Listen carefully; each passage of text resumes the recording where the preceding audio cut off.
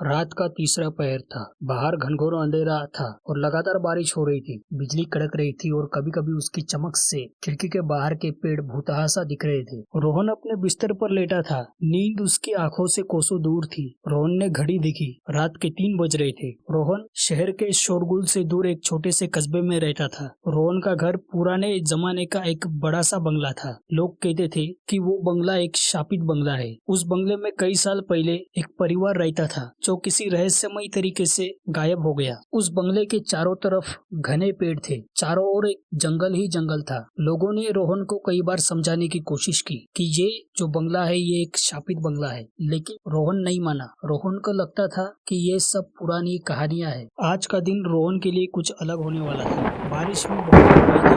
बारिश की आवाजें और बिजलियों की कड़कड़ाहट भी उसे आ रही थी। लेकिन इन सब के बीच एक और अजीबोगरीब आवाज रोहन को आ रही थी। ये ऐसी आवाज थी जैसे कोई रोहन का नाम पुकार रहा हो। रोहन ये आवाज सुनकर थोड़ा सहम सा गया। रोहन को समझ में नहीं आ रहा था आखिर इतनी रात को उसका नाम लेकर कौन पुकार रहा है, वो भी इतनी बारिश में। रोहन उस वक्त घर में अकेला था। रोहन के माता पिता रिश्तेदारों से मिलने के लिए बाहर गए थे और रोहन अपनी छुट्टियां बिताने के लिए इस बंगले में आया था। ये फुसफुसाहट जैसे कोई रोहन का नाम लेके धीरे से पुकार रहा हो। रोहन को समझ में नहीं आ रहा था ये आवाज कहाँ से आ रही है। रोहन ये सब आवाजें सुनकर बिस्तर से उठा और खिड़की की तरफ बढ़ा। बारिश की बूंदें कांच पर गिर रही थी जो खिड़की के ऊपर लगा था। रोहन ने बाहर झांक के देखा। अंधेरा इतना घना था कि रोहन को कुछ भी साफ साफ दिखाई नहीं दे रहा था, पर आवाजें तेज हो रही थी। ऐसा लग रहा था जैसे कोई रोहन के कमरे में दरवाजे के ठीक बाहर खड़ा हो। रोहन का दिल जोर से धड़क रहा था।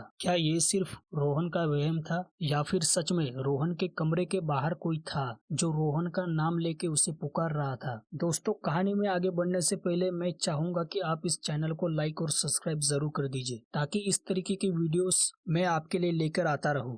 मुझे उम्मीद है ये कहानी आपको जरूर पसंद आएगी। तो चलिए कहानी में आगे बढ़ते हैं। आवाजें धीरे धीरे तेज हो रही थी। आवाजें इतनी तेज हो गई थी कि रोहन को लगने लगा कि कोई उसके कान में आके बोल रहा हो, रोहन दरवाजा खोलो। रोहन अब हद से ज्यादा डर गया था क्योंकि कोई उसके कान में बोल रहा था कि रोहन दरवाजा खोलो। और ये आवाज सुनने में बड़ी ही वियर्ड सी थी। ये आवाज ऐसी थी जैसे कोई इंसान इस आवाज में बात ही नहीं कर सकता। रोहन ने इस तरीके की अजीबोगरीब आवाजें निकालते हुए कभी किसी को नहीं सुना था। रोहन ने तय किया कि दरवाजे के बाहर कौन है जो उसका नाम लेके पुकार रहा है। सोचा कि दरवाजा खोल के देख लूं। रोहन के हाथ कांप रहे थे। थोड़ी देर सोचने समझने के बाद रोहन ने डिसाइड किया कि वो अब दरवाजा खोलेगा। यूं तो रोहन के हाथ पैर कांप रहे थे, लेकिन फिर भी वो हिम्मत करके दरवाजे की ओर बढ़ा। रोहन ने दरवाजे के हैंडल को छुआ। हैंडल इतना ठंडा था कि जैसे कोई बर्फ, लेकिन फिर भी रोहन ने हिम्मत करके दरवाजा खोलने की कोशिश की और दरवाजा खोलते ही उसने देखा सामने एक पेंटिंग लगी है।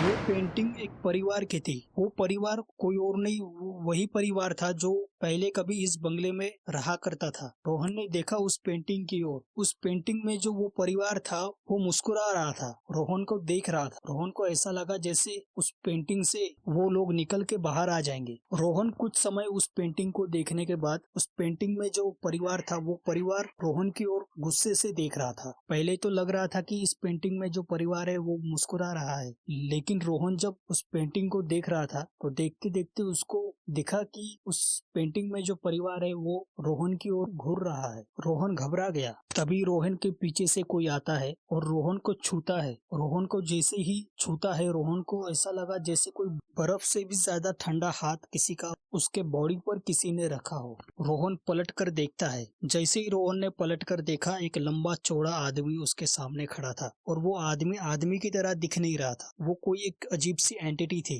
जो रोहन के सामने खड़ी थी। रोहन डर के मारे घबरा गया था। रोहन इतना घबरा गया कि उसके समझ में नहीं आ रहा था क्या करे। रोहन ने भागने की कोशिश की, चारों ओर हाथ पैर मारने की कोशिश की, लेकिन रोहन भाग नहीं पाया। तभी वो भूता सा आदमी रोहन के पास आया और पास आकर कहता है कि तुम अभी के अभी इस घर से बाहर निकलो, वरना तुम भी मारे जाओगे जैसे पहले भी कई लोग यहाँ पर मारे जा चुके हैं। रोहन बहुत ज्यादा घबरा गया। उसने खिड़की से कूदने की कोशिश की, लेकिन वो कूद नहीं पाया। आखिरकार रोहन वहीं पर गिर के बेहोश हो गया। सुबह हुई। सुबह होने के बाद रोहन देखता है कि वो एक बेड के ऊपर लेटा है और उसने देखा बेड के नीचे एक तस्वीर पड़ी थी। उस तस्वीर में वही लोग थे जो पिछली रात को उसने सपने में देखा था। रोहन समझ गया था ये एक सपना था, लेकिन वो सपना बहुत बुरा था। वो एक ऐसा सपना था रोहन जिसे कभी नहीं भुला पाएगा। और उस तस्वीर को देखकर रोहन ने उस घर को छोड़ दिया। आज कई साल बीत गए, रोहन ने उस घर की तरफ जाने की हिम्मत तक नहीं की। उसने कभी सोचा भी नहीं कि वो उस घर में जाएगा।